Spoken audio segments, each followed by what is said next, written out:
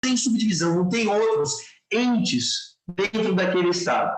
Nós temos também as confederações, e aí ela é bem mais raro, na verdade. Nós temos um exemplo de confederação hoje, de Estado, que é uma confederação, nós temos um exemplo, que é a Suíça.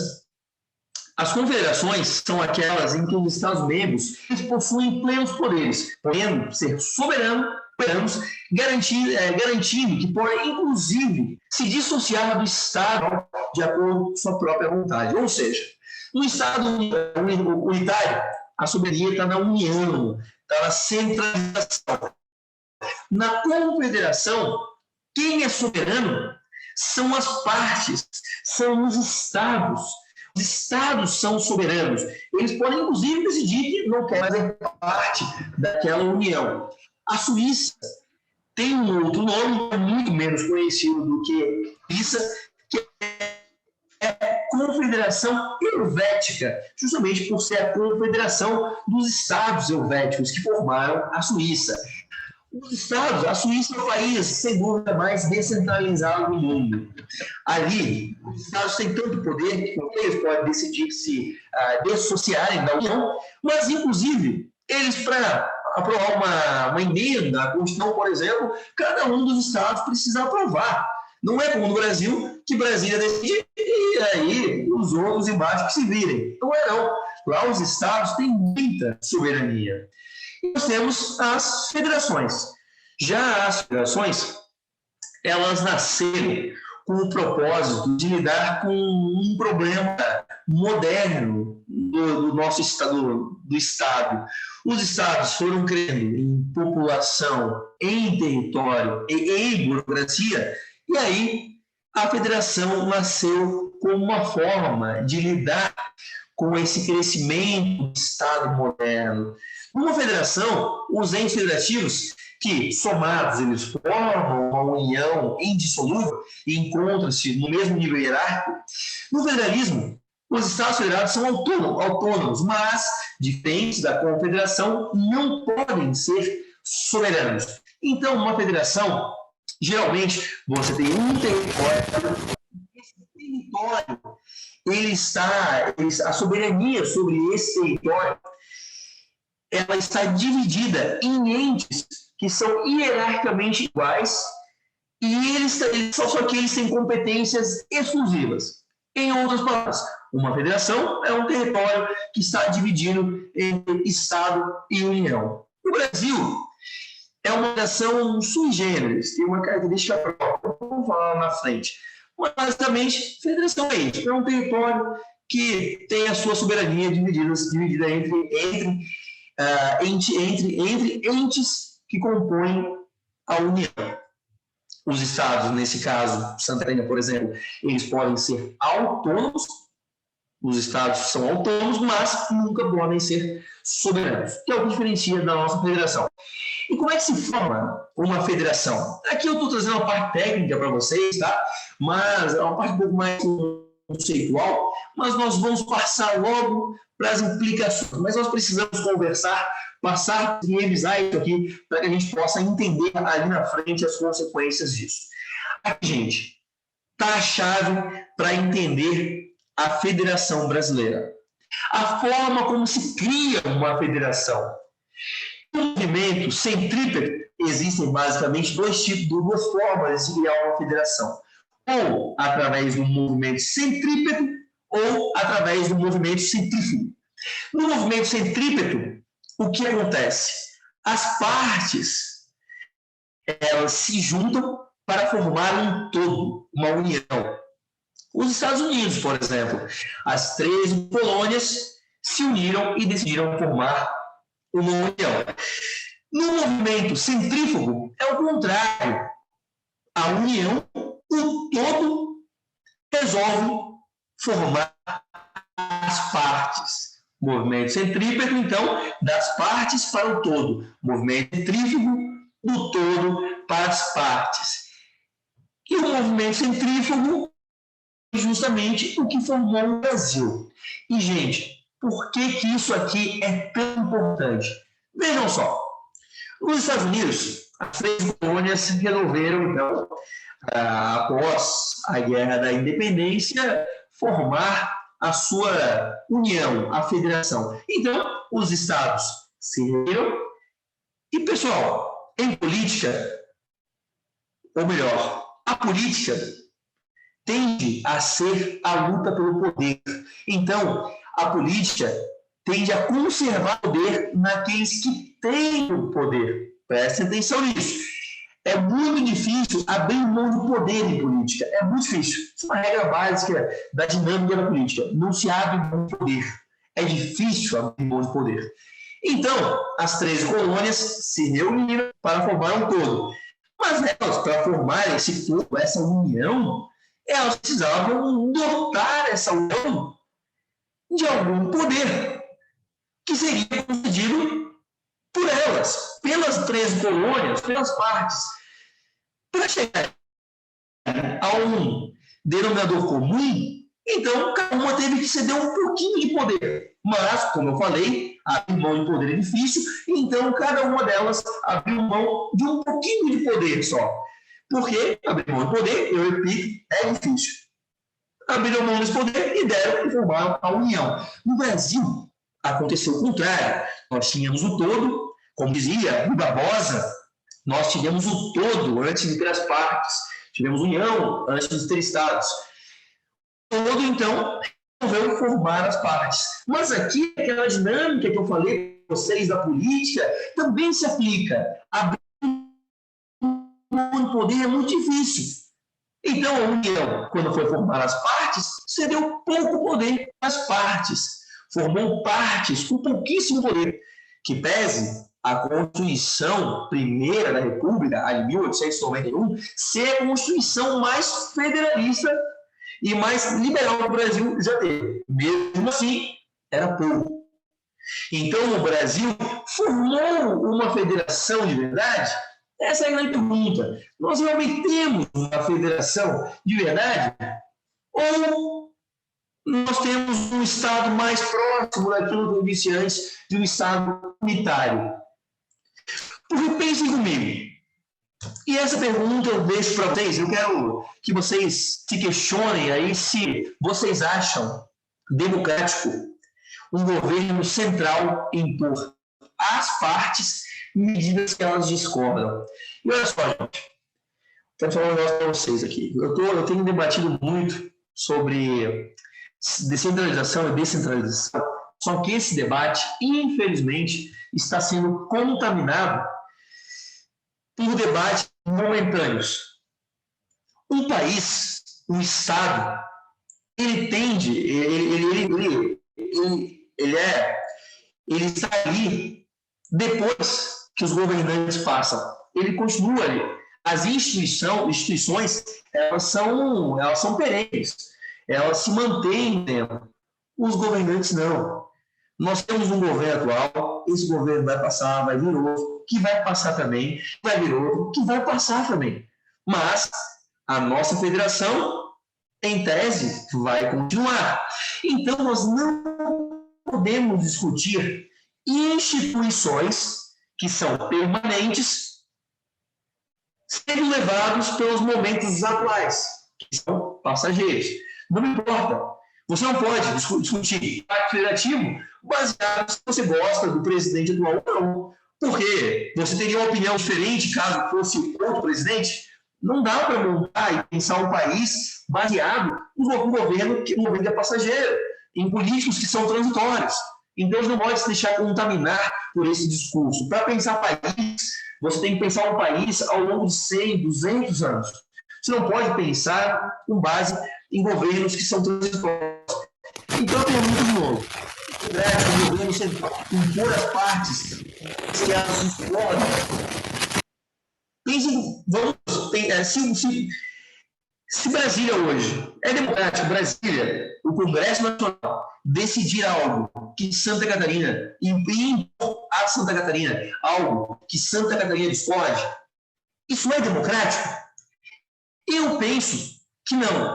E se nós fôssemos um país federalista, nós, como os Estados Unidos, o centro, Brasília, teria menos poder de impor suas vontades, de tiranizar as partes. Quando, da fundação dos Estados Unidos, uma grande preocupação dos pais fundadores era com a tirania, a chamada tirania da maioria. Aliás, essa é uma preocupação que tem que estar na cabeça de todo democrata, de todo republicano, todo aquele que entende o que é uma democracia e uma república de fato, que não é vontade da maioria, não é isso uma democracia. Uma democracia de fato é o respeito às preferências das minorias. Ou seja, nós não podemos tiranizar a minoria. Pois se a democracia fosse isso, seria o mesmo que dois lobos e uma ovelha decidindo quem seria o jantar. Não é isso que é a democracia. A democracia é o respeito, sim, à individualidade e às pessoas e às partes minoritárias. É isso. E não se deixem contaminar agora com nenhum... Não estou falando aqui, não estou num debate sobre minorias de esquerda, não é isso, não estou discutindo isso agora. Estou debatendo instituições e república, né? Mas bem, então fiquem com isso na cabeça. Se é democrático, o governo central impor às partes medidas que elas escolham. Eu penso então, que você não pode impor a uma parte tomar centralizadamente uma decisão e impor a Santa Catarina. Hoje, se você apoia o governo atual, você pode, mas e se fosse o governo do outro lado? Você ia achar bom? Por isso que você pode pensar em instituições baseado em quem é o governo bom. O grande inimigo da nossa descentralização no Brasil, como eu falei para vocês, nós já começamos mal, né? A nossa federação nasceu de um movimento centrífugo, um movimento do todo para as partes. Isso é um mau começo. Mas nós tivemos ainda um sujeito que atrapalhou isso tudo, conseguiu piorar isso tudo, melhor dizendo, que foi Vargas. Vargas, ele foi responsável por uma nova Constituição, apelidada de Polaca, baseada na... Vargas era um grande autoritário, ele tinha uma grande inspiração no fascismo italiano, e essa Constituição dava ao governo federal o monopólio da legislação sobre direito civil, penal, comercial, eleitoral, processual, aéreo e do trabalho. Ele centralizou basicamente tudo no governo federal. Vargas também lutou uma guerra cultural contra as diferenças locais, uma política de nacionalização promovendo a identidade brasileira, símbolos culturais nacionais, cartilhas de produções culturais, exaltando a grande pátria. Imigrantes colonizadores eram agredidos e proibidos de falar seu idioma natal. Isso tudo acompanhava a repressão das manifestações regionais e étnicas que atrapalhavam o Brasil hegemônico. Vargas tinha uma ideia que é muito identificada, como falei com vocês, é o fascismo. Ele tinha uma ideia de tudo dentro do Estado. O grande Estado nacional, o grande nacionalismo, a grande centralização numa figura carismática e autoritária. E para isso ele precisava acabar com as identidades locais. A minha avó, minha família de Concórdia, e minha avó conta que até os 14 anos ela não falava italiano, ela não falava português, só falava italiano. E de repente foi simplesmente de se falar qualquer idioma que não fosse o português. Resultado, ela sofreu, a família inteira. Ninguém falava português direito naquela época, e ela sempre lembrava muito disso. Ela, claro, não sabia o que estava acontecendo aquilo, mas ela lembrava do sofrimento que ela teve na época. Opa! Peraí, era para ter um slidezinho aqui. Bom, gente, teve inclusive eu recomendo a vocês pesquisarem isso no YouTube. Tem um vídeo muito interessante que é um vídeo onde o Vargas, em 1937, ele promove no Rio de Janeiro a cerimônia da queima das bandeiras estaduais. Vargas foi, para ele, na cabeça dele, não deveriam existir estados. Não deveria. Se ele luta por um grande estado nacional, centralizado, na figura dele, principalmente, né, mas centralizado, nós não deveríamos perder tempo com o Estado.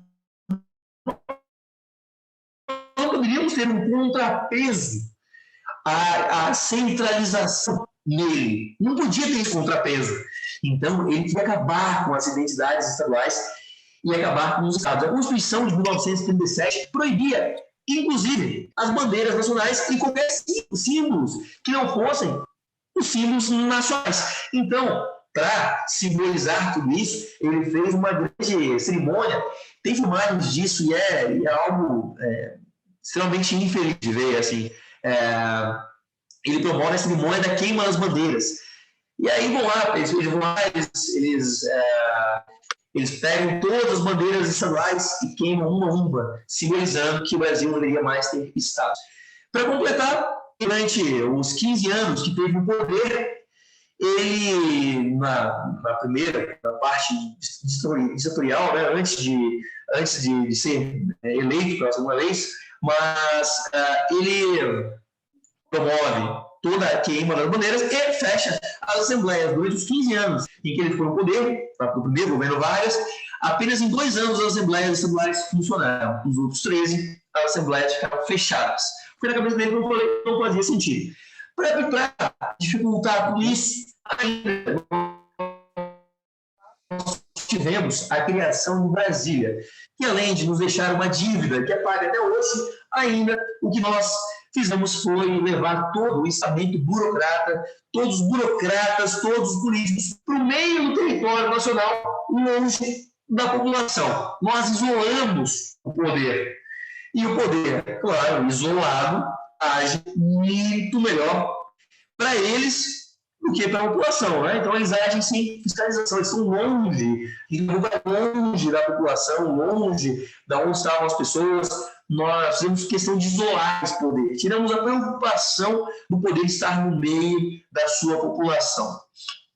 Tivemos a ditadura militar, que também aumentou a nossa centralização. O regime militar reduziu drasticamente os poderes estaduais. Da mesma forma, as assembleias legislativas ficaram fechadas a maior parte do tempo. O objetivo é eliminar a influência dos entes federativos, estados fortes, um contrapeso indesejável em uma ditadura. Ou seja, todo governo que pretende ser autoritário, de alguma forma... Gente, eu acho que a minha internet está um pouco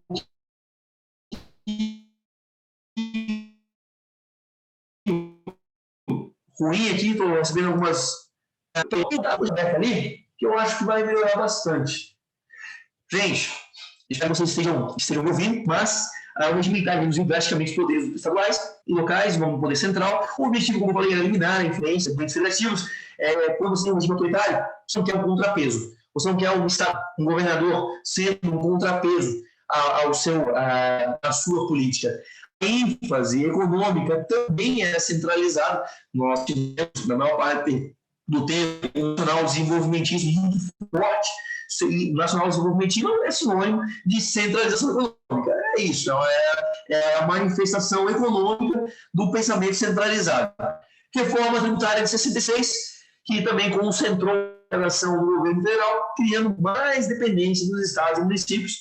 O AI-5 também, na prática, ele eliminou a federação, que ele concentrou os poderes no governo central. As eleições foram canceladas,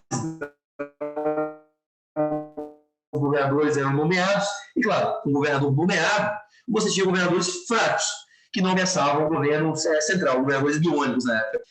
Tivemos sequência, então, só um pouquinho, isso, a Nova República e a Constituição de 1988. O fim da ditadura militar também, em tese, deveria representar um retorno ao federalismo. E o Brasil aqui inovou, tá? Quando a Constituição de 1988, nós elevamos os municípios à categoria de ente federado. Os países, as federações pelo mundo, elas têm geralmente apenas 2 níveis de ente federado, né? A União e um nível local, que é ou os estados, as províncias, os distritos. Nós criamos os estados como ente federado. Elevamos municípios a ente federado em igual hierarquia que a União dos Estados. Mas a Constituição de 88 é extremamente detalhada.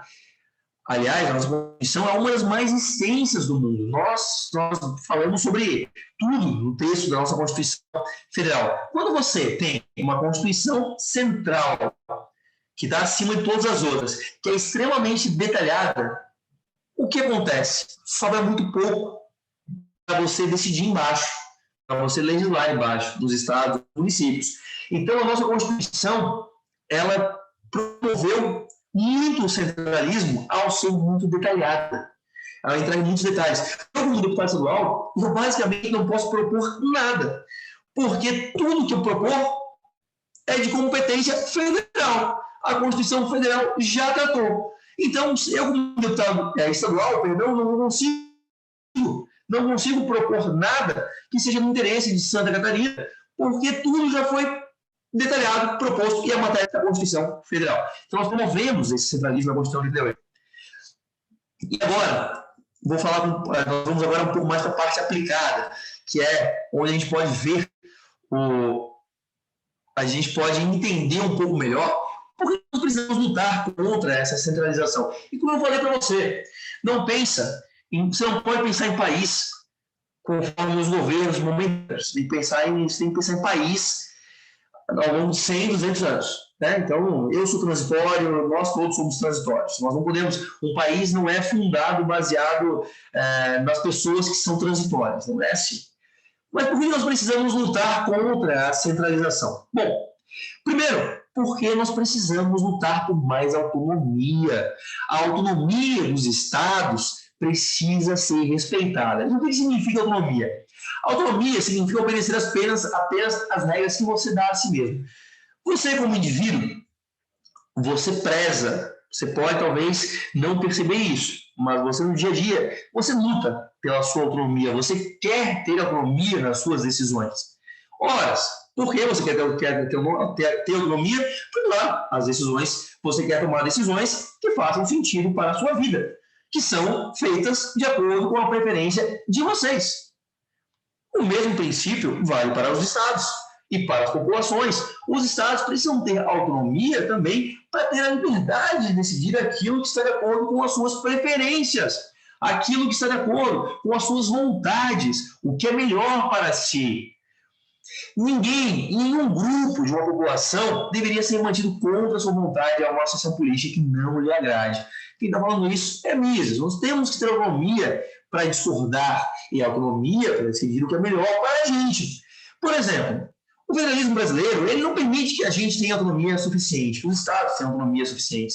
Se nós tivéssemos, nosso estado tem um perfil. Nós temos, talvez, um perfil um pouco mais liberal, talvez, um pouco mais conservador. Nós temos esse perfil. Se nós, com esse perfil, nós provavelmente votaríamos e teríamos outras leis, outros tipos de leis. Leis que seriam aprovadas em outros estados, talvez aqui não fossem. Talvez nós teríamos uma política de controle de armas diferentes. Nós teríamos um código florestal diferente, nós teríamos um código penal mais restritivo, poderíamos ter. Enfim, se nós tivéssemos essa autonomia, nós teríamos também a autonomia de decidir conforme as nossas preferências locais. Recursos. Gente, olha só, pensa aí, não me responde, mas pensa e responde para você mesmo. Amanhã é segunda-feira. Se amanhã batesse um vendedor na sua casa, na porta da sua casa, e falasse, olha, eu tenho aqui um clube de benefícios, queria muito que você participasse, que você assinasse. Como é que é esse clube aí? Esse clube é o seguinte, você paga 50 por mês e você vai ter 10 em benefício. Como assim? Eu pago 50 e levo 10? Qual o sentido disso? Será que algum de vocês se associaria a esse clube? Eu acho muito difícil. Sinceramente, eu acredito que dificilmente vocês estariam associados a esse clube. Mas é exatamente isso que a gente faz no Pacto Federativo. Nós, historicamente, pagamos muito para Brasília e Brasília nos retorna muito pouco. Eu não entendo qual o sentido desse clube em que a gente paga, como ano passado, 49 e retorna 9. Eu realmente não entendo. Qual a vantagem? É irracional. É irracional isso aqui. Não faz sentido, mas nós estamos associados a esse clube. E se alguém me falar, mas é porque ou nós temos que ajudar outros estados. Se alguém me falar isso, eu pego essa pessoa pelo braço e eu levo no hospital aqui, perto de casa, levo um aí também, e mostro para a pessoa como nós precisamos de recursos agora. Como nós precisamos de recursos aqui. Nós temos nossos problemas e não faz sentido esse clube de benefícios. De benefícios não tem nada. Santa Catarina é chamada na hora de passar o cartão de crédito. Por exemplo, nós tivemos agora, e Santa Catarina tem pior ainda, né? Nós sofremos pelo nosso relativo sucesso. Como o recurso é escasso, na hora de cortar recursos, o governo federal, e olha aqui, não estou falando desse governo, não estou falando do anterior, isso aqui é histórico. E ninguém tem tratado Santa Catarina diferente. Eu desafio a mostrar isso. Todo governo federal trata Santa Catarina da mesma forma. Nós, historicamente, somos deixados de lado. Historicamente. E como o recurso é escasso, na hora de cortar recursos, vocês acham que eles vão cortar recursos de onde? Nos estados que conseguem mostrar um pouquinho mais de resultado. Santa Catarina sofre pelo seu relativo sucesso. Acabamos de ter um corte de novo, um corte de verbas para as nossas rodovias federais. Nós temos uma rodovia federal, eu vou usar como exemplo, está sendo mais discutido, mas tem outras que são mais próximas de vocês, mas nós temos a BR-470, que começou essa discussão toda, que ela, para terminar ela, precisa de 730 milhões de reais. O governo federal tinha um orçamento de 112, acabou de cortar metade da verba, vamos dar 56 milhões de reais para cá. Com isso, nós vamos levar 13, 14 anos, nesse ritmo, 13, 14 anos, para terminar a duplicação daquela BR. E, novamente, não é algo aqui contra o governo A, o governo B, não é isso não. Isso aqui é histórico. Santa Catarina peca. Nós entramos pelo cano e nós aceitamos isso, infelizmente, passivamente. Nossas bancadas federais também, eu acredito que são um pouco responsáveis também por isso, porque quando um deputado federal, um senador se elege, ele se posiciona, a posição relativa dele é em relação ao governo que está lá. Então, ele é a favor ou contra aquele governo que está lá. Enquanto, na minha opinião, nós deveríamos ter uma posição mais próxima de como era na Velha República, até 1930, em que as bancadas eram estaduais. Elas defendiam não o governo, não apenas o governo que estava lá na ocasião, mas defendiam prioritariamente os seus estados. Então, quer dizer, nós temos que defender, nós temos que ter uma posição, primeiro, pró-Santa Catarina, pró-Estado, pró-Santa Catarina, e não se calar ou gritar de acordo com qual governo que está lá neste momento. Faz diferença qual é o governo que está lá agora? Se corta verba do nosso recurso? Na minha opinião, essa vergonha está perdendo igual. Então, nós temos que nos posicionar, nós não podemos nos calar em frente a isso. Representatividade é um outro grande motivo porque nós precisamos lutar também pela nossa descentralização contra a centralização. Gente, pensa comigo. Decisões locais são feitas por quem mora, conhece e convive com os problemas.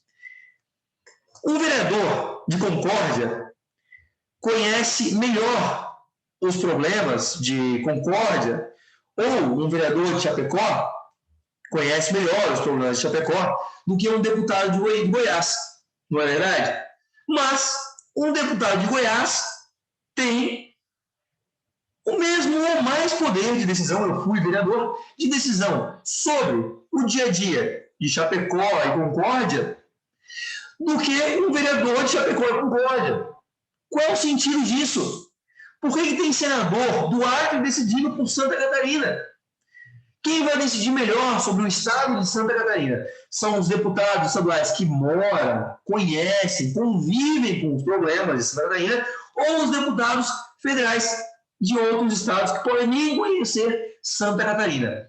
Em decisões locais, os responsáveis sofrem as consequências de más decisões. Não ficam isolados em Brasília.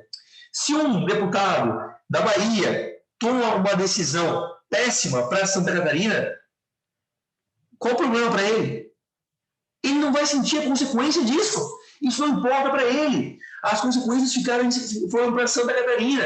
Ele está isolado, ele não sofre as consequências disso. Então, a centralização, ela promove o contrário do que é colocar o que a gente chama pele em risco dos nossos políticos. Os nossos políticos precisam ter a pele em risco. Eles precisam as consequências das decisões que tomam. Só que a nossa centralização promove o contrário. O contrário, promove a irresponsabilidade. Porque, afinal, as decisões que eles não sofrem as consequências das decisões que tomam. Porque as decisões não são locais. Não são tomadas no Estado, não são tomadas por políticos que estão no locais sofrendo as consequências. Só quem bebe da sua água poderia estar administrando a sua vida. Essa é uma máxima que eu carrego para mim. Na verdade, eu como liberal, eu como libertário, eu gostaria muito que as decisões sobre a minha vida apenas eu tomasse.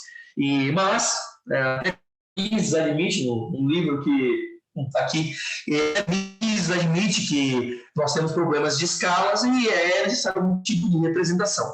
Então, que a pessoa que toma decisão sobre a nossa vida seja uma pessoa que bebe da nossa água, que viva os nossos problemas, que sofra as consequências dos nossos problemas, e não alguém que não vai sofrer as consequências. Porque se ele toma uma decisão que vai sujar a água, não tem problema, ele não vai beber essa água.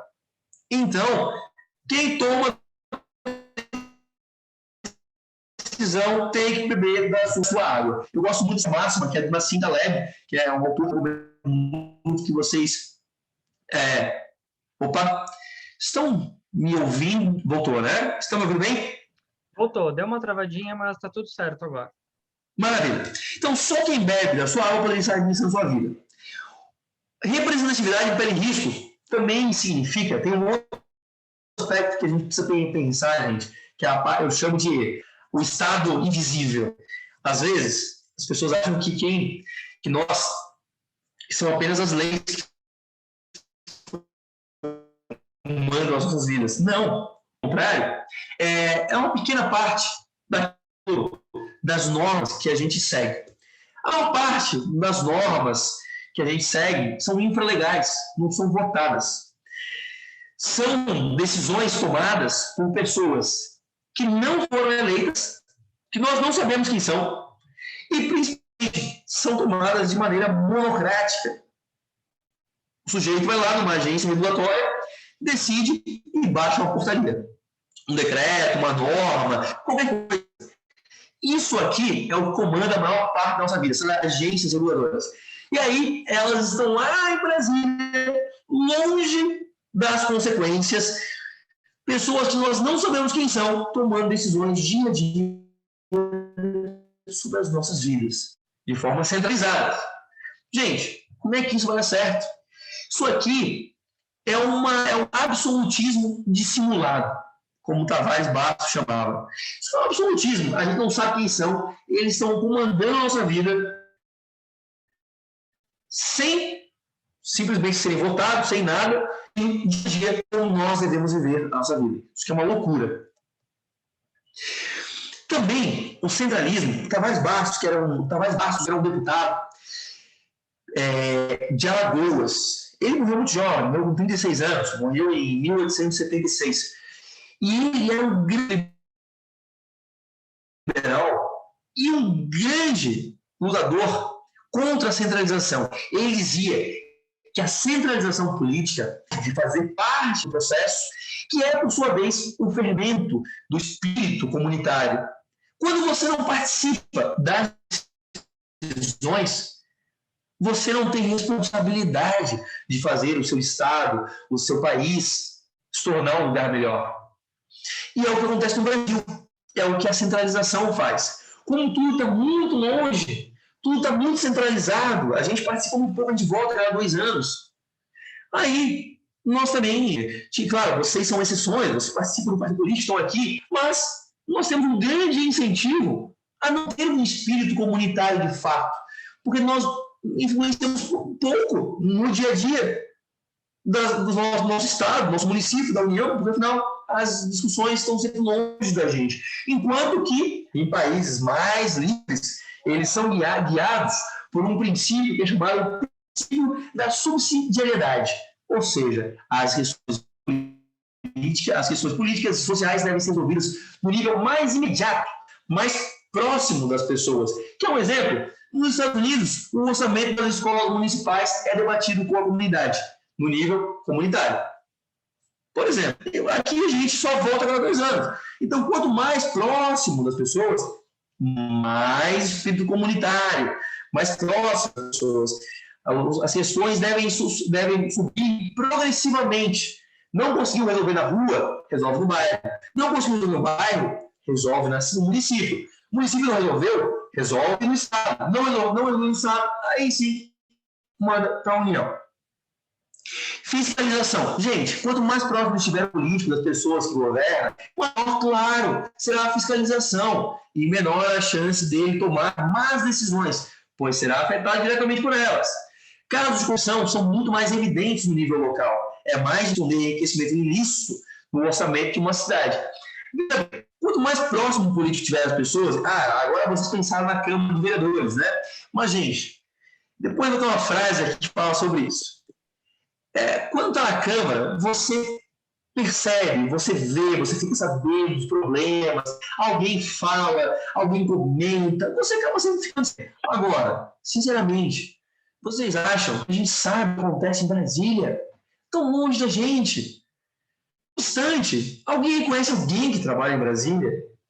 Alguém tem um vizinho que trabalha em Brasília? Não. Mas quando é no município, a gente sabe, a gente fica sabendo, é mais fácil finalizar. É lógico que tem corrupção, que tem problemas, mas é mais difícil. Por isso, nós temos que ter uma centralização, a gente tem que trazer para perto da gente. Quanto mais perto, mais facilidade a gente tem de fiscalizar. Pense comigo, se um vereador começa a enriquecer muito, gente, alguém fofoca, alguém fala, alguém denuncia. Agora, como a gente vai fiscalizar 500 deputados federais lá em Brasília? Como a gente vai saber qual é o padrão de vida deles? A gente não sabe. O fato é isso. A gente só vê o que eles mandam, o que eles publicam, o que eles falam. A gente não sabe do dia a dia, a gente não consegue fiscalizar eles. Os burocratas é a mesma coisa. O poder executivo é a mesma coisa. A gente fiscaliza muito, muito menos o poder executivo quando ele é centralizado. Agora, quando é próximo da gente, a gente tem mais facilidade. A gente vê, a gente passa na rua e olha. A gente conhece um vizinho, a gente sabe alguém conhece, enfim. Então a gente fiscaliza muito melhor. Por isso, temos que lutar contra essa centralização, porque a centralização dificulta a fiscalização. O Adriano Janturco, ele fala muito sobre isso. Todo mundo repete que a política local é suja, e essas mesmas pessoas depois sonham e se iludem com a política nacional. Vou explicar algo simples. Se a política perto de você for suja, imagina então aquela que você não vê, aquela longe dos seus olhos. Gente, fora do nível municipal ou estadual, é narrativa. É só narrativa. A gente não fica sabendo de nada. A gente não sabe o que está acontecendo de fato. Então, quanto mais próximo, mais a gente consegue fiscalizar. Competição regulatória, isso que é muito importante, tá? Quando nós temos uma centralização, nós não conseguimos ter competição entre as boas ideias.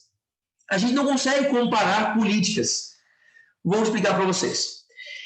Imaginem que a discussão que hoje está no Congresso Nacional, que é libera ou não libera cassinos, fosse uma decisão estadual, que os estados pudessem decidir sobre isso. Bom, Santa Catarina poderia decidir, então, que vamos ter cassinos. O Rio Grande do Sul, por sua vez, poderia decidir que não vamos ter cassinos. Porque, afinal, o Rio Grande do Sul pode pensar que isso vai estimular o crime organizado, sei lá. E Santa Catarina começa os cassinos. Depois de 5 anos, nós podemos parar e analisar os resultados dos 2 estados. Ora, Santa Catarina permitiu cassinos e eles vieram para o litoral. Nós conseguimos incentivar o turismo e, com isso, tivemos uma arrecadação elevada, o que permitiu não aumentar os impostos na cesta básica. Já o Rio Grande do Sul não abriu os cassinos e não conseguiu ter um aumento de arrecadação e teve que aumentar tributos sobre bens de consumo. Nós conseguimos comparar, mas no Brasil hoje, como é centralizado, essa competição regulatória não existe. Nós não conseguimos comparar medidas que foram tomadas no Paraná com Santa Catarina, Santa Catarina com Goiás, enfim, a gente não consegue comparar. A gente não sabe o que é melhor, a gente não tem base de comparação. É tudo único. E, claro, por ser tudo único, nós também não temos limite para as consequências negativas. Vejam só, se uma decisão é tomada numa cidade, uma péssima decisão é tomada numa cidade, só quem vai ser afetado é aquela cidade. As cidades do lado vão olhar e vão ver as consequências e vão dizer, não vou tomar essa decisão, porque não, foi ruim, eu não vou imitar uma decisão ruim. Agora, no Brasil, nós somos tão solitários um com o outro que nós erramos juntos. Nós pegamos um no braço do outro e a gente dá o passo para frente do abismo. Nós erramos juntos.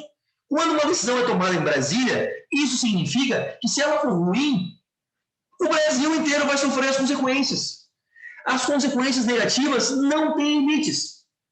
Se o Congresso Nacional decidir algo muito ruim, pronto, todo mundo é afetado. Agora, se a Assembleia Legislativa toma uma decisão ruim, só Santa Catarina é afetada. Os outros estados não vão ser afetados. É muito importante, então, você limitar as consequências negativas, principalmente se você é alguém que sabe que os políticos têm suas limitações, se você é alguém que não acredita muito que os políticos são bem intencionados. Gente, você acredita? Tirando o Novo, enfim, algumas exceções fora por aí, você acredita nos políticos? Então, por que você quer tornar as consequências do que eles decidem gerais? Vamos limitar as consequências do que eles decidem. Vamos tornar as decisões locais. Vamos lutar contra a centralização. A autonomia local limita o alcance das ideias ruins. Por isso, nós temos que lutar contra essa centralização.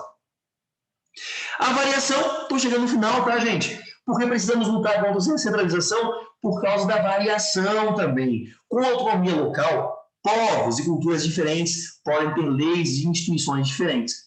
Santa Catarina tem cerca de 170 etnias diferentes. Isso significa que nós podemos aqui ter preferências diferentes de outros estados. Ora, então vamos permitir que nós tomemos decisões conforme a cultura de Santa Catarina. Para que a gente vai tomar decisão uniforme lá em cima, que pode ser contra o que nós acreditamos aqui em Santa Catarina? Nós nos orgulhamos muito da diversidade cultural e populacional do Brasil, mas é curioso, né? A gente aceita com tranquilidade uma uniformização da norma legislativa. Eu não consigo entender isso. Para exemplificar e trazer para um caso pontual, novo Código Ambiental, ele é de 2012. Ele, de forma centralizada, ele decidiu sobre ele, criou uma norma geral para as questões ambientais. Ele criou a mesma norma para o Pará, para o Mato Grosso e para Santa Catarina. Gente, são estados com condicionantes ambientais ou ambientais absolutamente diferentes. Como é que a gente pode criar a mesma norma centralizada? Por exemplo, Santa Catarina é um estado em que tem muitas cidades que nasceram em torno de rios. O novo Código Florestal, Código Ambiental, ele tem determinações claras contra a construção em margem de rio. E aí, o que faz? Porque eles foram pensados, talvez, para os grandes rios do Amazonas, esqueceram de Santa Catarina. Então, não faz sentido a gente ter essa centralização. Essa centralização não respeita as variações regionais, sejam elas culturais ou, nesse caso, geográficas. Votar com os pés. Para finalizar aqui, votar com os pés. Esse é um conceito, é bem liberal esse conceito, que quando você consegue votar com os pés significa que se você não está satisfeito com o governo e as políticas de um determinado local, você pode se mudar para outro local, porque as políticas desse outro local vão ser diferentes. Com leis diferentes em cada estado, pessoas e empresas que não se identifiquem, não concordam com alguma lei, podem se mudar para um estado em que as coisas sejam diferentes. Sou contra, por exemplo, aqui o desarmamento, você pode ir para um estado que as leis sobre posse de armas sejam mais flexíveis. Não é o que a gente estava falando lá atrás? É mais fácil trocar de cidade ou de estado do que de país. Se é uma empresa, por exemplo, não gosta de como um determinado estado trata as leis de determinados estados, ele pode ir para um outro estado. Mas no Brasil, como nós somos muito centralizados, é muito difícil você votar com os pés. Você vai ter o mesmo conjunto básico de leis em todos os estados. Vai ser muito bom. Então, você não consegue votar com os pés. Não tem isso no Brasil, infelizmente. Se tivéssemos isso, nós teríamos uma competição maior entre os estados. Os estados tenderiam a ter tributos menores e teriam legislações também muito mais pró-indivíduo e pró-empreendedorismo. Indivíduo, isso aqui é muito importante. Gente, vou falar uma verdade para vocês agora. E não é porque eu quero que as coisas sejam assim, é que as coisas são assim hoje. A importância relativa de cada indivíduo é muito maior em escala local. Vocês conseguem influenciar muito numa eleição para um vereador. Muito. Se você define uma eleição para vereador, esse grupo que está aqui, se quiser, elege um vereador. Entretanto, me desculpem falar dessa forma, mas é como as coisas são. Entretanto, vocês não importam para uma eleição presidencial, por exemplo. Vocês importam se vocês são 1 entre 1000, mas importam muito pouco se são 1 entre 10 milhões de pessoas. Então, a nossa importância como indivíduo, ela é diminuída conforme cresce a centralização. Quanto mais longe as decisões estão de vocês, mais você é substituído por um conceito coletivo, vontade nacional, grandes forças nacionais. Você, como indivíduo, importa cada vez menos. Você consegue influenciar e pressionar um vereador. Você não consegue fazer isso lá em Brasília. Então, você, como indivíduo, tem sua importância diminuída com a centralização. Nós precisamos trabalhar pela descentralização para você ser maior.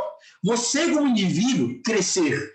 Ter mais importância no sistema político e representativo. Dividir o poder. Um outro grande motivo para lutar contra a descentralização. Como vocês sabem, o poder corrompe. Eu não confio em ninguém que não queira diminuir o poder. Quem quer concentrar o poder tem má intenção. Via de regra é isso. Eu só acredito em quem quer diminuir o poder. Porque o poder, ele corrompe, gente. Como dizia Lord Acton, o poder corrompe totalmente. Porque se você tem o poder de criar grandes problemas, para vender grandes facilidades, logicamente, você tem ali um grande incentivo à corrupção. Então, nós precisamos descentralizar também para quebrar esse poder. Não adianta nós concentrarmos muito poder no ente central, Brasília, Congresso Nacional, Executivo, o que for. Não adianta, porque isso é um grande incentivo. Se você tem todo o poder ali, Darth Vader, todo o poder ali nele, ele pegou uma alusão aqui, a alusão a uma referência pop aqui, mas na verdade, você tem um grande poder concentrado em alguém, gente, o incentivo é para a corrupção. Agora, se você quebrar isso, se cada um tiver um pequeno pedaço do poder, essa pessoa pode menos, pode fazer o incentivo. Eu sei que você agora deve estar pensando nos governadores e tudo, mas, gente, o processo é didático, o processo, a gente consegue fiscalizar e acompanhar a população de cada estado, mas também, novamente, o poder deles é muito mais limitado. Nenhum governador criou o Petrolão, por exemplo. Não é verdade? Nenhum governador comprou um congresso inteiro como fez o mensalão. Não é verdade? Então a gente tem que lutar para dividir esse poder também. Por último, é difícil. Mas, gente, tem solução. Eu garanto para vocês que tem solução. Eu sei que eu falo tudo isso, aí vocês devem estar tristes já, né? Tem gente aí que já está pensando, poxa, amanhã é segunda-feira, já vou comprar. Tive que ouvir esse cara falando um monte de coisa difícil aí no Brasil.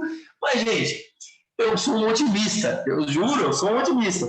Mas o que eu não sou é um otimista iludido. Porque esse, no fundo, é só iludido. Eu quero resolver o problema. Quero ajudar a resolver, não tenho a pretensão de resolver sozinho, imagina. Mas eu quero resolver, quero ajudar a resolver. Então, eu sou um otimista realista. Eu preciso ver o problema para conseguir oferecer soluções. E a solução que eu tenho tentado trazer, a minha singela contribuição, é uma alteração à Constituição Federal. Mas espera aí, Bruno, você não é estadual? Sim, mas os deputados estaduais podem mudar a nossa Constituição Federal, mas ninguém faz. Por quê? Porque é muito difícil. Como é que se faz? Se aprova em 14 assembleias legislativas diferentes o texto de alteração constitucional, e aí esse texto ele tramita no Congresso Nacional, o Congresso tem que votar esse texto. E é isso que eu estou fazendo nesse momento. Eu estou circulando o Brasil inteiro, indo nas assembleias, defendendo a proposta para que a gente consiga ter a aprovação em 14 assembleias legislativas desse projeto de emenda constitucional para mudar a Constituição e fazer o quê? Trazer autonomia para os nossos estados, trazer mais autonomia para os nossos estados. Nossos estados precisam de que é melhor para eles. Você, como catarinense, ou você, como gaúcho, você, como mineiro, não importa. Você precisa decidir o que é melhor para você. Os estados precisam decidir aquelas leis que são de acordo com as preferências do estado. O que é prioridade em cada estado, só aquele estado pode dizer. E é isso que eu quero fazer com essa fé. Quero trazer essa autonomia para os estados. Gente, é uma luta difícil, mas eu espero que você tenha entendido que essa é uma luta necessária. Porque, assim, para você, o grande problema do Brasil é a corrupção. Eu mostrei para você, eu tentei mostrar que nós conseguimos fiscalizar melhor os políticos e burocratas se nós trazermos as leis, trazermos as decisões para perto de você. Se o problema para você são leis, só é a burocracia, eu acabei de mostrar para você que a gente consegue influenciar mais em decisões locais. A gente encontra um vereador na padaria. Se para você o problema é, sei lá, qualquer outro, é economia, eu acabei de que a gente consegue ter decisões mais racionais se as decisões forem locais. Eu tenho tentado resgatar esse discurso que, infelizmente, ficou esquecido lá atrás, no segundo reinado. E nós precisamos resgatar eles. Para mim, essa é, se não, a principal, é uma das principais reformas que nós precisamos lidar no Brasil. Porque, olha, não tem como nós imaginarmos um país a longo prazo, além dos governantes, daqui a 50, 100 anos, com esse mesmo pacto federativo. Isso eu garanto para vocês. Muito obrigado, pessoal. Eu vou parar de... Show de bola aí, hein, Bruno? Show de bola mesmo. Foi um arraso aí, o pessoal participou já pelo chat durante a tua explanação aí, o pessoal participou enquanto tu falava, eles já pegavam os ganchos do que tu falava e já iam colocando perguntas aqui pra gente. E tá todo muito, muito feliz aqui. Eu acho que eu vou ler algumas coisinhas do que o pessoal comentou para ti. E também, caso alguém queira te fazer uma pergunta pelo vídeo mesmo, o pessoal pode ir se inscrevendo ali, que daí eu vou direcionando a ordem, né? Vamos subir aqui então, começando pelo Timothy Brennan Jr., nosso defensor do homeschooling aqui em Chapecó. Ele te escreveu o seguinte, ó, sim, dá para notar o quanto os políticos em Brasília perdem o contato com a realidade e a população. Isso fica evidente em leis como a lei de homeschooling que querem passar, né? Então, ele aponta aqui um detalhe a respeito da lei, né? Uma pergunta do Leno, ele conta o seguinte, sou favorável ao sistema confederado como ocorre nos Estados Unidos, mas temos que aprender a conviver antes com a nossa pobreza e mazelas internas, deputados. Saliento que o sentimento do Estado catarinense em relação ao Brasil é o sentimento que o Oeste catarinense tem em relação ao Vale do Itajaí e à ilha. Como vamos resolver questões nacionais se no próprio Estado temos este problema? Lembro que a defesa do Estado do Iguaçu, há pouco tempo atrás, tinha esta dor como um dos grandes provocadores do desejo que vocacionava o desejo de divisão em algumas pessoas. Qual seria a sua opinião a respeito? Gente, eu sou de, na verdade, minha família inteira é de Concórdia, mas eu nasci aqui na região de Florianópolis, mas eu preciso ser coerente, né? Eu advogo pela descentralização em qualquer instância. Então, nós temos também que descentralizar. Então, também, esse problema no Estado, nós precisamos descentralizar também. E o que acontece com o Oeste é a mesma coisa que acontece com o Santa Catarina em relação ao Brasil. Concordo plenamente. Mas nós precisamos, no caminho, ter um debate importante também. O Brasil teve ali, a partir dos anos 50, e acelerou ali com a proximidade da Constituição Federal, e até um pouco depois, nós ligamos a fábrica de criar municípios. Então, nós precisamos debater o que fazer com esses milhares de municípios que não arrecadam nem o suficiente para pagar a prefeitura e a Câmara. Então, a gente precisa conversar sobre isso também, porque não dá. Tem que descentralizar? Tem. Eu concordo plenamente, mas nós temos que lidar com esses municípios que eles têm uma existência artificial. Eles não são sustentáveis. Então, no caminho, nós temos que lidar com isso também. Bacana, bacana. Até tem propostas disso, né, de juntar municípios que são muito pequenos próximo de municípios maiores, né, que se sustentam. Tem a pergunta da Mariana Fernanda. Ela pergunta quando foi que isso se perdeu, dos deputados federais virarem as costas para seus estados? Olha, na minha opinião, nós tivemos até o fim da República Velha, nós tínhamos bancadas estaduais. Era muito interessante, assim, porque nós tínhamos partidos estaduais. Nós tínhamos o Partido Republicano Paulista, por exemplo, que é um dos mais importantes. Nós tínhamos essa defesa dos estados, era uma bandeira que existia ainda fortemente. Vargas, na minha opinião, foi o grande responsável pelo fim desse tipo de política. Ele simplesmente tratorou o resultado de uma eleição, criou um centralismo, condicionou o Brasil durante 15 anos a esse centralismo. Na sequência, tivemos uma série de tumultos institucionais também. A nossa Constituição de 46 não era uma Constituição de toda ruim, mas tivemos um período muito tumultuado sob a égide dessa Constituição.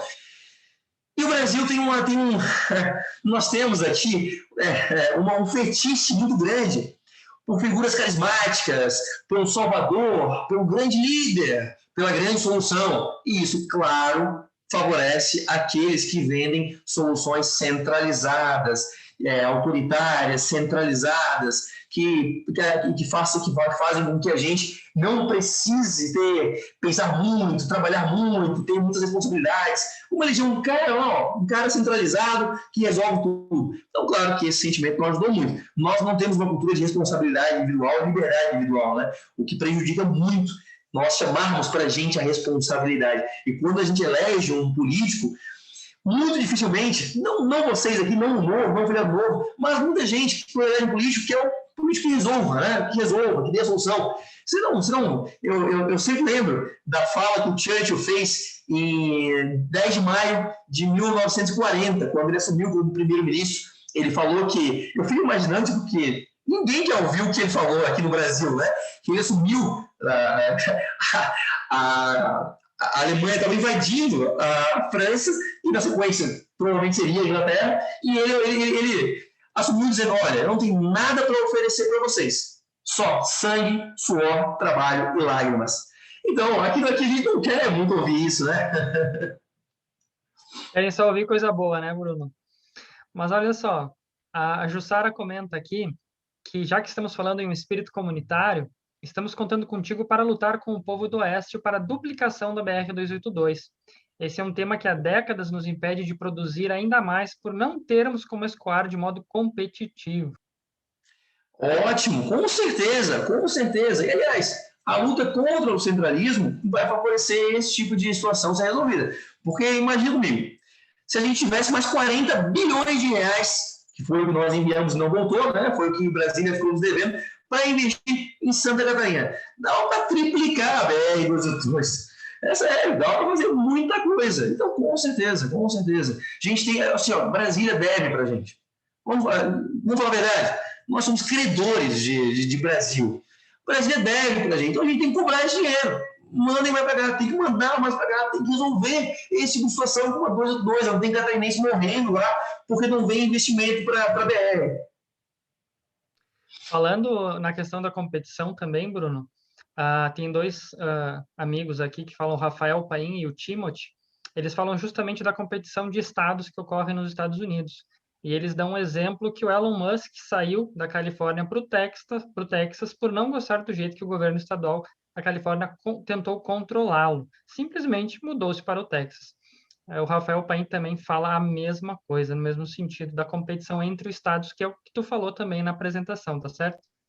Aqui a empresa estaria condenada. Não tem para onde ir, meu amigo. Tirando alguns incentivos que alguns estados não conseguem oferecer um pouco, assim, mas não tem para onde correr. A Maria Fernanda pergunta assim: como conseguimos, como indivíduos, lutar pela descentralização do poder de Brasília? Bom, primeiro a gente sabendo que isso está acontecendo, assim, o que eu mais, eu fico muito feliz com essa pauta que eu costumo dizer que o Cao Yang ele tinha uma frase que eu gosto bastante que ele dizia que as pessoas não têm ideias, né? Ideias têm pessoas. E eu acho que eu serve mesmo para pauta. Eu não tenho essa pauta que me tem, assim, eu vi isso acontecendo e não posso desver, né? Então, eu tenho ficado muito feliz que quando eu tenho falado sobre isso, as pessoas têm entendido isso, assim, têm visto esse problema.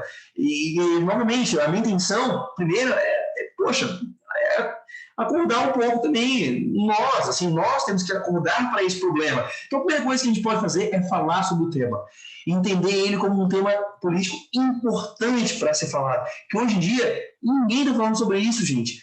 Ainda tem sido muito solitário isso aqui. Mas é muito bacana, desde que eu comecei, alguns deputados de outros estados já me procuraram. Poxa, legal isso aí que está falando, quero fazer aqui também. Então, tem permitido. Consegui aprovar esse projeto em Alagoas já, propomos no Ceará, eu vou agora, final do mês, para o Mato Grosso, e Mato Grosso do Sul também, defender lá.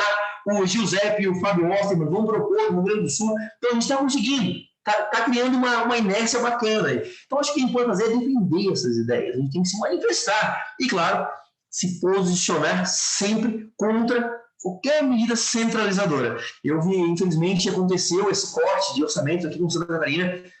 Pouca gente se manifestou, a gente precisa se manifestar contra isso, gente. A gente precisa defender ideias e não políticos. Poxa, não defendam políticos, defendam valores, ideias claras. E é isso. E uma ideia que a gente tem que defender é valor, é descentralização. Bacana. O pessoal está falando aqui, né, como devemos divulgar nas redes sociais, né, apoiar, divulgar essas ideias de descentralização. Fabrício fala também aqui, excelente, Bruno, força e saúde nessa jornada, muito obrigado pelo conhecimento compartilhado. O Vinícius Loss, nosso amigo aí, do Novo, sensacional, orgulho de ter esse super deputado em nossos quadros aqui, olha só que elogio bacana. Ele... Deixa eu só fazer um parênteses aqui. O Vinícius, nosso grande presidente, gente, o que eu estou fazendo hoje, eu estou fazendo como deputado, estou profissionalmente fazendo, né?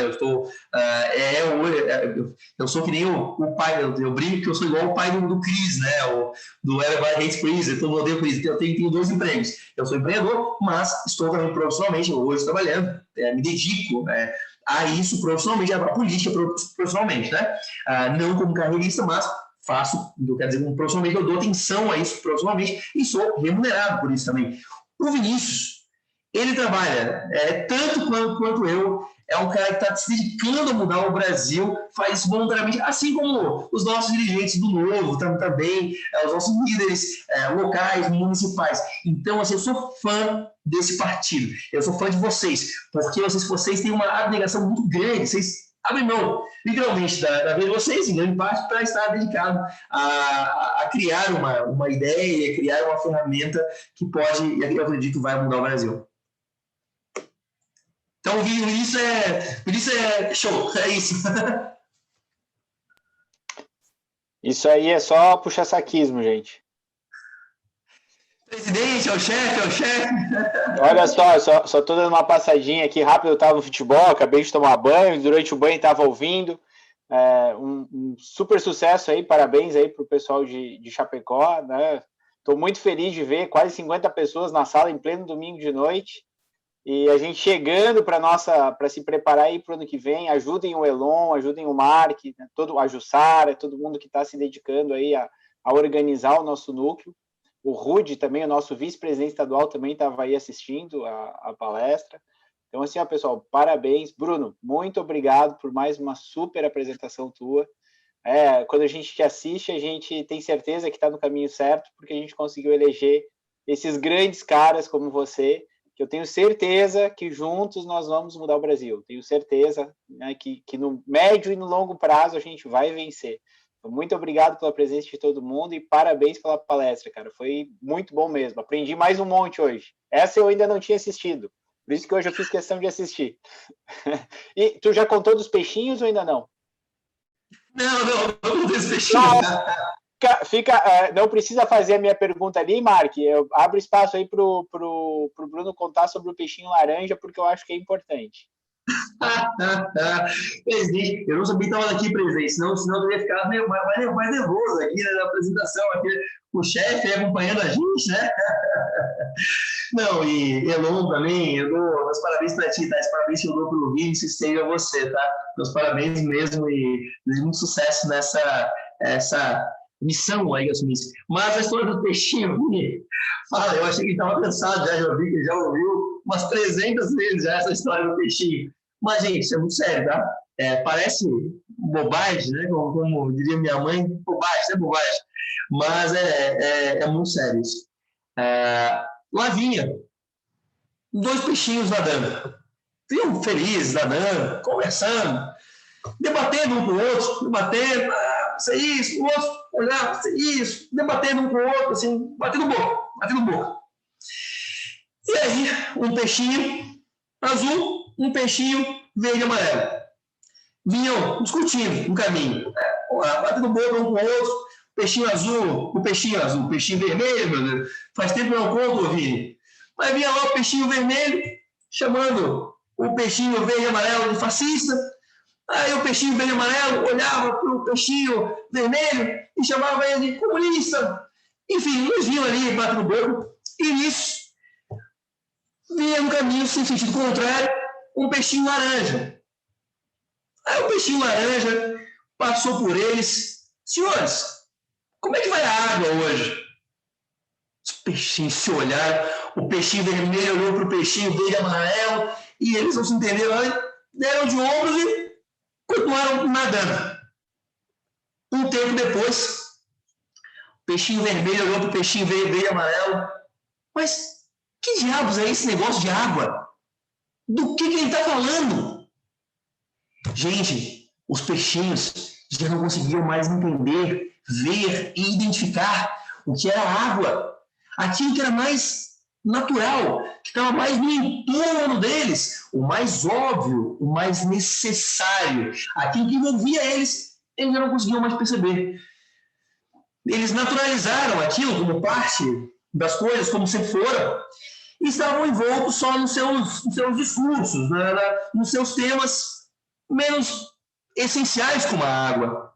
E o peixinho laranja passou e fez a pergunta que incomodou. O peixinho laranja tinha consciência da necessidade, da importância da água, da importância de ver os reais problemas. Ele fez a pergunta que incomodou. E às vezes eu acho que o nosso papel é fazer um pouco isso. Fazer a pergunta que incomoda, que mexe, mas que faz as pessoas perceberem a realidade no entorno.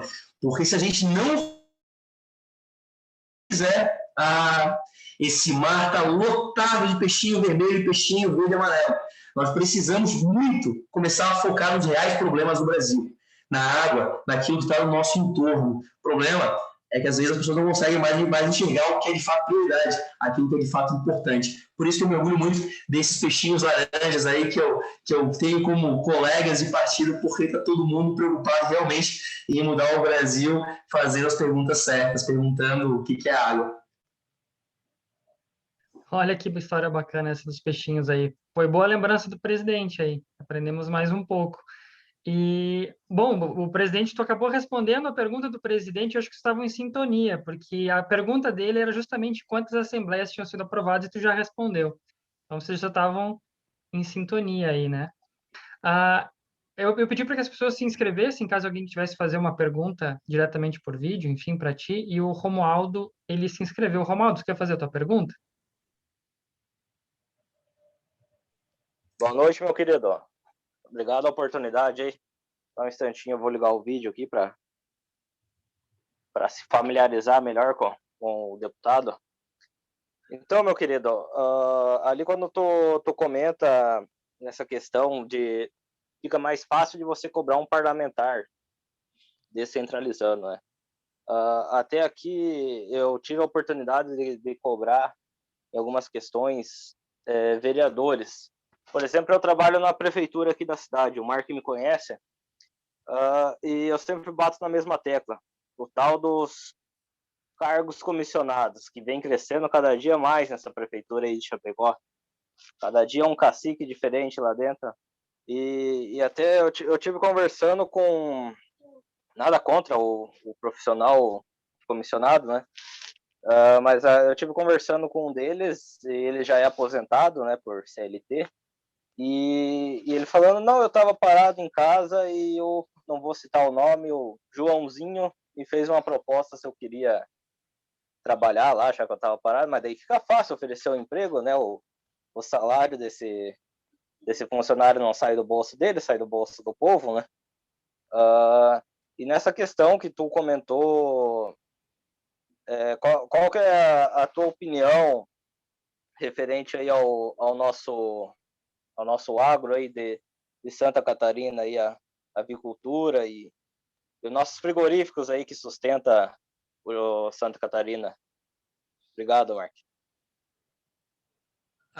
Eu tenho a minha família toda, a nossa origem é de criação de suínos e aves, né? Então a gente começou, a gente trabalhava muito, a gente criava, né? Não, a gente não sou, a gente era a ponta mesmo, né? A gente criava, a gente estava lá na criação, enfim, a minha família começou assim, né? Então eu sou suspeito, né? Eu sou, logicamente, sou muito orgulhoso do trabalho que nós fazemos em Santa Catarina, essa produção que nós temos aqui. Isso permite que a nossa pauta de exportação seja sempre muito positiva, né? Santa Catarina é uma produtora, exportadora, nossa... e é muito diversa, além disso tudo, né? Porque nós vamos do suíno às ostras. A gente faz tudo aqui, né? É impressionante. Então, imagina, a minha opinião é muito favorável. Eu estava esses dias falando com o superintendente do porto de Itajaí e ele me contava que o porto de Itajaí, em valor agregado, em valor de exportação, já é quase o maior do Brasil. E grande parte, quase maior, não, perdão. Claro, tem Santos, mas ele dizia que era um dos maiores do Brasil e grande parte por causa disso, da nossa exportação da nossa agropecuária, né? Então, show de bola, imagina, eu sou suspeito para falar, né? Minha origem familiar é essa. Bacana. Show, O Cleverson também... Obrigado, Romualdo, pela pergunta. Eu só queria finalizar, que se tu me dá mais 30 segundos, Marcos. Porque... Viu, Romualdo? Porque a gente tem várias pessoas, senão a gente vai segurar muito tempo depois. Não, tranquilo, então. Mas eu só queria incrementar, porque assim, essa questão da descentralização influencia muito na cobrança dos políticos, né? Por exemplo, que eu ia citar.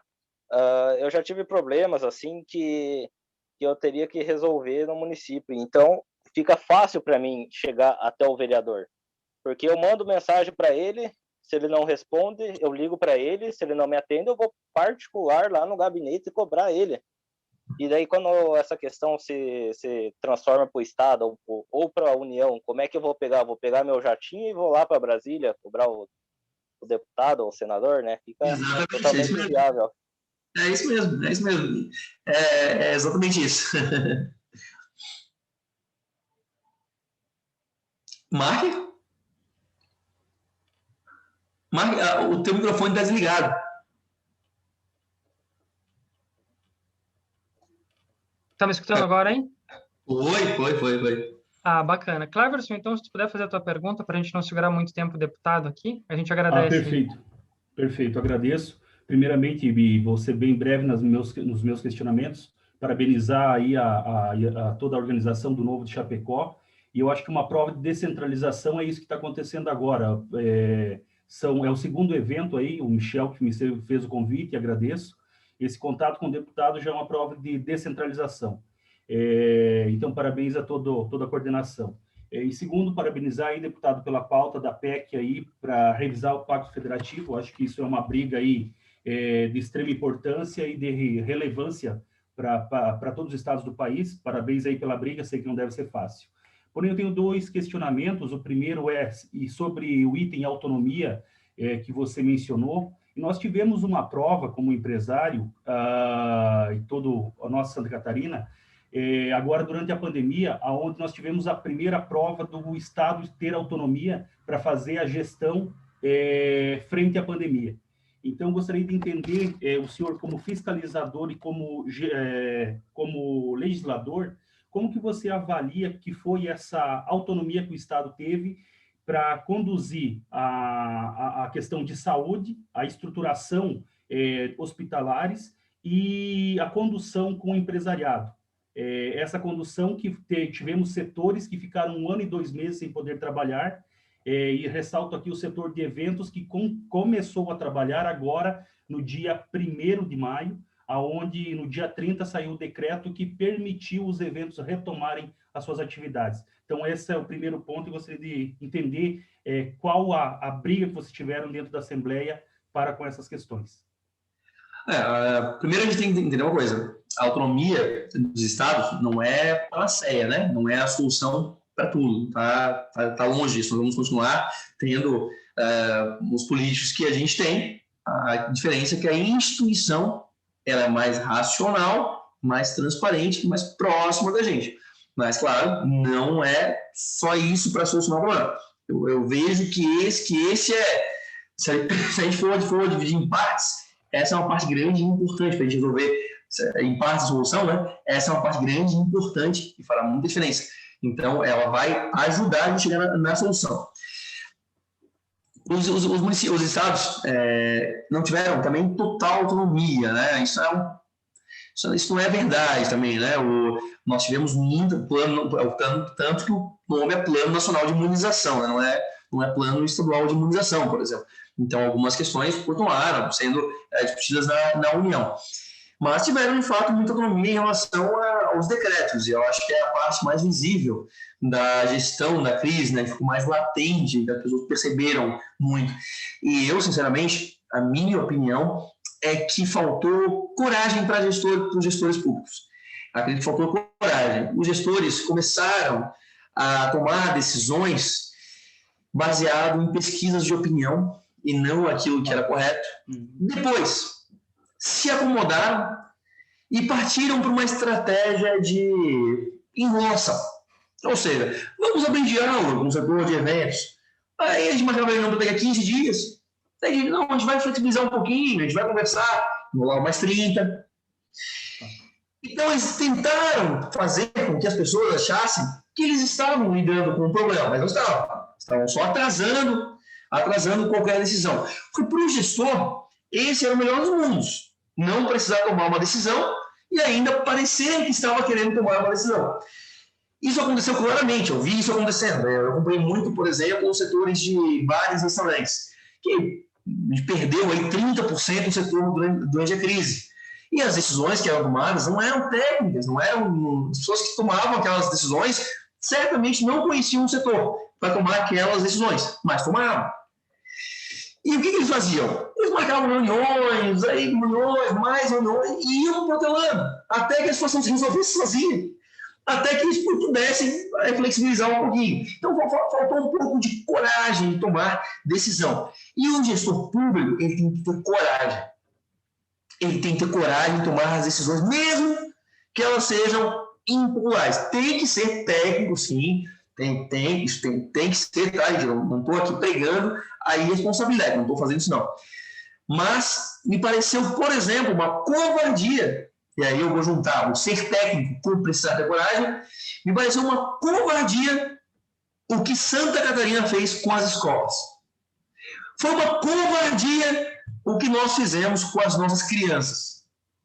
Os países com renda parecida, renda média parecida ao Brasil, ficaram cerca de 70 dias com escolas fechadas. Nós ficamos quase 400 dias com escolas fechadas. Isso não faz sentido. Isso não faz sentido. Não há motivo. Tínhamos a OMS falando que era para abrir, a Unicef falando que era para abrir, tínhamos o CRM falando que era para abrir, o Todos pela Educação falando que era para abrir, e, infelizmente, nossos gestores não fizeram nada. Observaram só aquela situação. Observaram, criaram um dano que muito provavelmente será irreversível na educação dessas crianças. Por que não? Educação, no momento crítico que elas vivem, no momento que elas estão vivendo, que a taxa de absorção é muito maior, é crítico. Você não ensinou ali, pronto. Aqui é muito difícil recuperar, infelizmente. Então, a gente está criando um dano toda uma geração. E mesmo com um consenso quase absoluto da pesquisa, dos estudos científicos, dizendo que as escolas estavam entre os lugares mais seguros para se estar na pandemia. Para vocês terem ideia, a taxa de contágio, depois que voltou às aulas, nos colégios estaduais, era cerca de 70 vezes menor do que a taxa no estado de Santa Catarina. Sabe o que isso significa? Que se nós tivéssemos no estado a mesma taxa de contágio que nós temos nas escolas, nós não estávamos vivendo uma crise sanitária nesse momento. Se as pessoas estiverem todas em escolas, isso é impossível, mas só fazer uma alusão aqui, nós não teríamos crise. Essa crise que nós estamos tendo. Então, os gestores, infelizmente, faltou coragem de fazer o correto. E, gente, fazer o correto não necessariamente fazer o que é popular. Não é necessariamente fazer aquilo que as pessoas de opinião vão fazer, estão mostrando. Então, infelizmente, estão fazendo isso. Em Florianópolis, agora, nós conquistamos um terrível recorde ecológico. Nós somos a capital mundial de qualquer país, qualquer distrito, com mais tempo com escolas fechadas.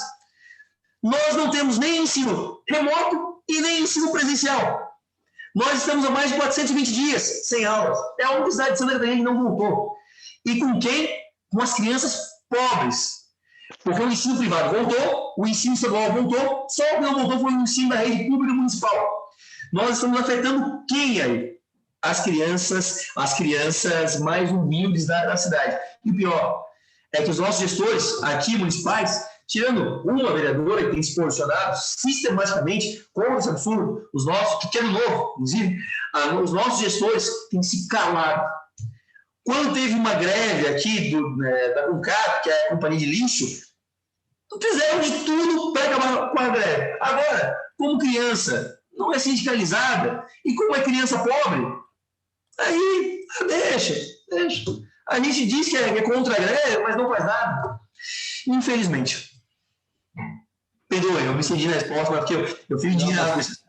Satisfatória porque a sua resposta reflete o nosso sentimento, deputado.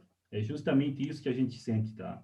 E a segunda pergunta aí é sobre a centralização. Essa centralização que a federação tem perante aos estados é o mesmo sentimento que nós aqui do Oeste pensamos e sentimos na pele, que é essa centralização do ente estadual perante ao município. E aí, falando em centralização, tivemos a prova da descentralização com o Luiz Henrique da Silveira, que criou aquelas agências regionais de descentralização. Porém, nós tivemos aí uma experiência de 50 cabides de emprego que ficavam dentro de uma sala fechada numa agência aqui, a 10 quadras aqui de casa, aqui em Chapecó. E em todo esse período que tivemos essas agências, nós não vimos a BR-282 duplicada. Nós não vimos o nosso problema de água aqui, deputado, ser resolvido. Nesse momento, em Chapecó, nós temos bairros centrais, bairros aqui na periferia, que não tem água. Não tem água para tomar banho, não tem água para tomar agora, nesse momento aqui em Chapecó. E nós temos aqui em Chapecó entidades fortes que brigam por essa pauta e, através do centro empresarial, é a maior força que nós temos hoje brigando por essa pauta. Nós temos hoje 120 carretas que trazem água do nosso Rio Uruguai para abastecer a agroindústria de Chapecó, como é o caso da BRF.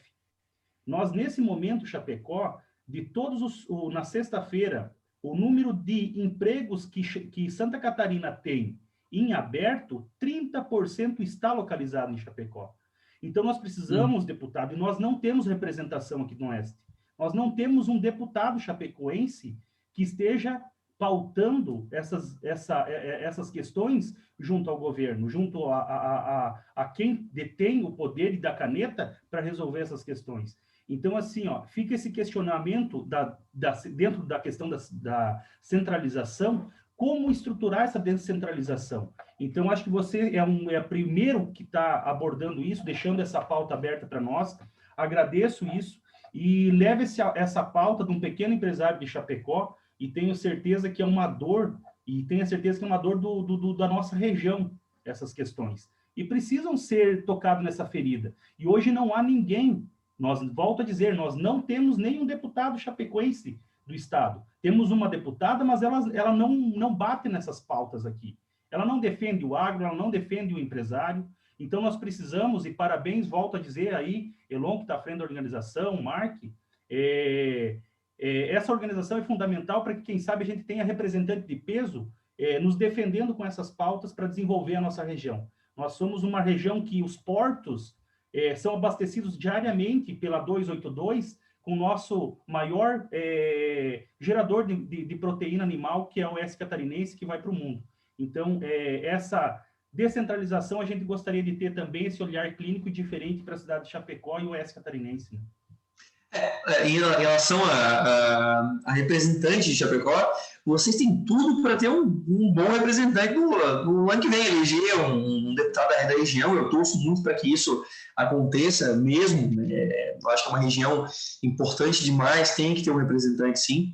Em relação à descentralização do Luiz Henrique, é que ele descentralizou, e com todo respeito ao falecido, mas ele descentralizou, ele fez uma descentralização de cabide de emprego só, né? Ele não descentralizou nada, né? Mas a parte boa é que vocês viram, é que as pessoas viram e começaram, isso tornou inclusive uma pauta. E agora aquilo que a gente não vê, o problema é que aquilo que está longe a gente não vê, entendeu? A descentralização dele estava errada, a gente viu. A gente pôde identificar porque estava próximo da gente. Isso tornou, todo mundo começou a ver que não servia para nada, que era só uma falação, enfim, era só para ter cabo eleitoral. A gente viu. Agora, e a Dilma, que criou lá uma empresa do trem-bala, que existe até hoje, tem 150 funcionários lá, que gasta milhões de reais por ano para fazer trem-bala. Então, enfim, o que está longe é pior, pode ter certeza. Com certeza, né, Bruno? Até agradeço o Cleverson, porque ele tocou num assunto, né, que ele falou sobre termos deputados de chapecoenses, né? E, Cleverson, justamente esses eventos aqui que nós estamos fazendo é justamente para nós termos, nós temos que cumprir algumas metas, né, Bruno? A gente precisa aqui angariar afiliados, porque sozinhos a gente não consegue fazer nada. A gente precisa de pessoas boas junto com a gente para poder pôr pessoas boas lá para representar o povo aqui do Oeste também, né, Bruno? Então, a gente está fazendo esse trabalho. Até depois quero que tu deixe um recado aí para quem está nos assistindo, para convidar justamente fazer essa união aí, conseguirmos mais filiados do Novo, para poder somar e poder ter pessoas boas lá. Peroni levantou a mão ali, acho que ele quer te fazer uma pergunta, vou passar para ele. Peroni, bem-vindo. Tudo bem, Marco? Boa noite, Marco. Boa noite, Bruno. Boa noite. Tudo bem? Algumas colocações muito próximas aqui que você acabou de falar e acabou respondendo também um questionamento que eu havia registrado no chat. Boa noite a todos, boa noite, Elon, boa noite aos amigos aí de Chapecó, os amigos do Novo. Fico muito feliz, Bruno, em ver, mesmo que virtualmente, né, mais de 40, quase 50 pessoas transitando por essa sala, ouvindo um pouquinho de qual é a posição, como é o trabalho de um parlamentar do Partido Novo. E especialmente no momento em que nós vivenciamos de forma muito concreta o sofisma que foi criado, né, a nível estadual, a nível nacional, a nível municipal, com relação à pandemia, que o Bruno agora respondeu de uma forma muito prática, muito pragmática, o questionamento que eu havia feito. E talvez a gente tenha despercebido a importância do Novo independente nesse contexto todo, né, Bruno? A importância de se manter posições firmes, independentes e pautadas numa praxeologia da ação, efetivamente. Ou seja, mesmo você defendendo a ciência, sem a própria ciência, não é ciência. E o que a gente viu no exercício desses, principalmente municípios, muitos deles, e não salvo aí raríssimas exceções, o que a gente presenciou foi justamente um sofisma exacerbado em todos os níveis. Ou seja, e aí a gente vem para a questão própria dessa pauta que o Bruno traz com relação à descentralização, com relação ao capital possível de exercer tanto no Congresso Nacional quanto na própria Assembleia Legislativa e no próprio governo do Estado de Santa Catarina. Ou seja, o Novo é um partido que está preparado para assumir qualquer uma dessas posições sem efetivamente o sofisma que a gente enxerga. E aí, com todo o respeito aos amigos que estão aqui acompanhando essa palestra e talvez não sejam filiados ao Novo, mas fica assim esse registro efetivo da diferença existente entre uma sigla com S e T na sua designação, ou no acróstico da sigla, e uma sigla partidária com princípios efetivos, com posições independentes e pautadas em cima de valores. Isso que é o mais importante, a liberdade que a gente tanto preza. Para vocês verem, vou fazer uma rápida rememorização aqui, Marco, me perdoe um pouquinho pelo tempo, mas nós tivemos aí a chamada República de Chapecó. Recentemente, o governo do Estado se conhecia a República de Chapecó. Nós tínhamos, em todos os níveis da governança do Estado de Santa Catarina, tanto no Executivo quanto no Legislativo, e agora, recentemente, reprisamos o quanto nós tínhamos aí, como República de Chapecó, no Judiciário Catarinense. Pois bem, nós temos agora 3 secretários de Estado de Chapecó. No Executivo Estadual, nós temos uma bancada do Oeste relativamente considerável. E as pautas continuam sendo as mesmas. Ou seja, se o setor produtivo não se organiza e não demanda e não executa, dificilmente o representante dessa região assim o faz, e a gente tem percebido isso. Cadê? Cadê? Somente estão presentes os representantes políticos e agentes públicos da nossa região quando tem aí a visita de um governador ou do presidente da República, que a gente vê um monte de papagaio de pirata aparecendo ladeado ao presidente da República. Então, meus amigos, o desafio que eu deixo aqui, se efetivamente nós queremos provocar a transformação com valores efetivos, nós só temos um caminho, a ação.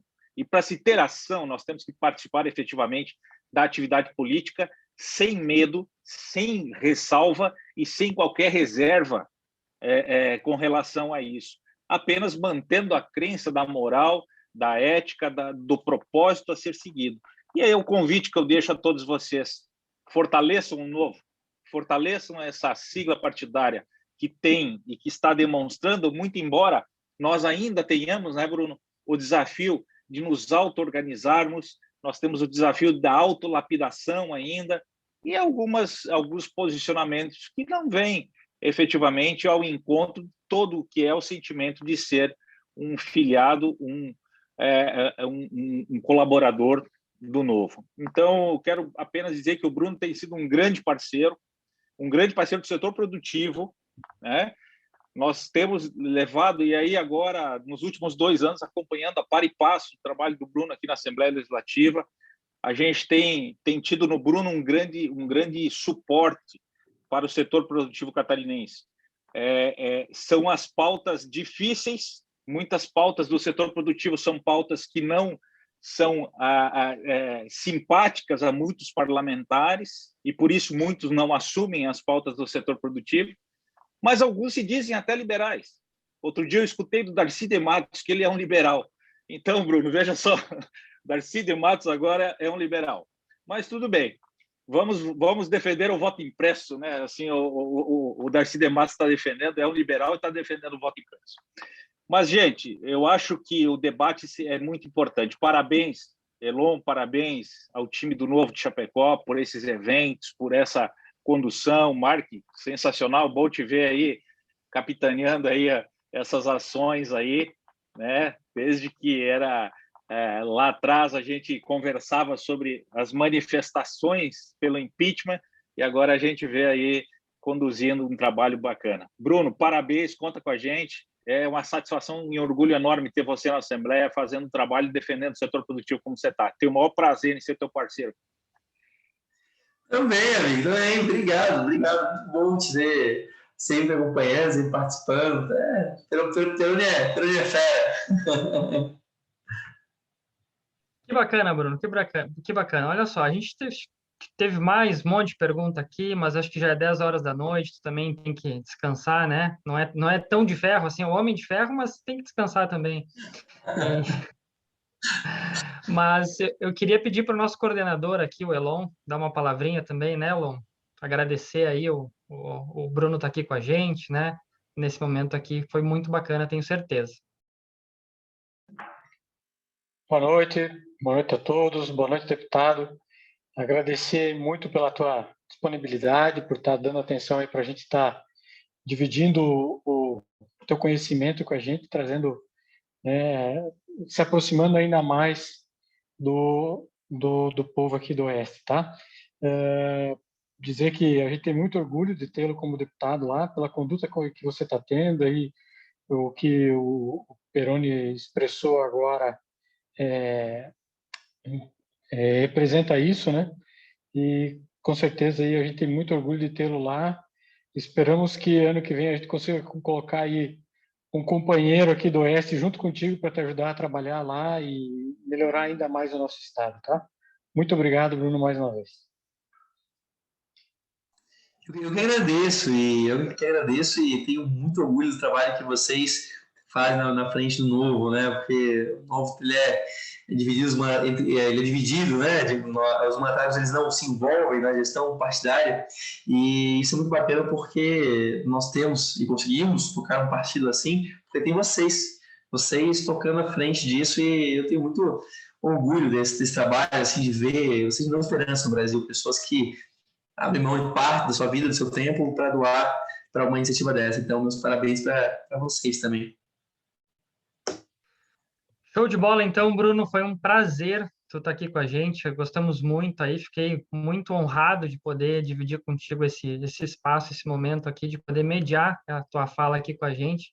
Então, nós estamos muito gratos aí. E parabéns, tá, pela tua exemplar atuação aí que tu tem feito. Nós te seguimos aí nas redes, estamos sempre de olho no que tu está fazendo e realmente a gente fica muito feliz de ter um cara bom lá em Santa Catarina, tá certo? Fica o nosso agradecimento aqui de Chapecó. Acho que de todos que estão nos assistindo, fica esse mesmo carinho registrado aí também nos chats. Todo esse carinho todo foi para ti, pode ter certeza. Poxa, muito obrigado. Vocês são muito generosos comigo, auxiliados, e todos sempre me tratam tão bem. Agradeço demais por isso. Muito obrigado e isso só aumenta a minha responsabilidade de tentar trazer e fazer um bom trabalho onde eu estiver. Muito obrigado mesmo. Tá certo, então, gente, quero agradecer a todos que participaram até agora do nosso segundo evento do Novo. Queremos dar um recado aqui que no dia 30, que é o próximo evento, nós estaremos com o Marcel Van Hatten, que estará aqui conosco no nosso terceiro evento de filiados do Novo aqui de Chapecó. Já estão todos convidados, acompanhem as redes aí. Logo teremos um outro deputado aí para bater um papo com a gente, tá certo? Quero agradecer a todos mesmo e boa noite, bom finalzinho de domingo aí e que seja uma boa semana a partir de amanhã, tá certo? Um grande abraço a todos.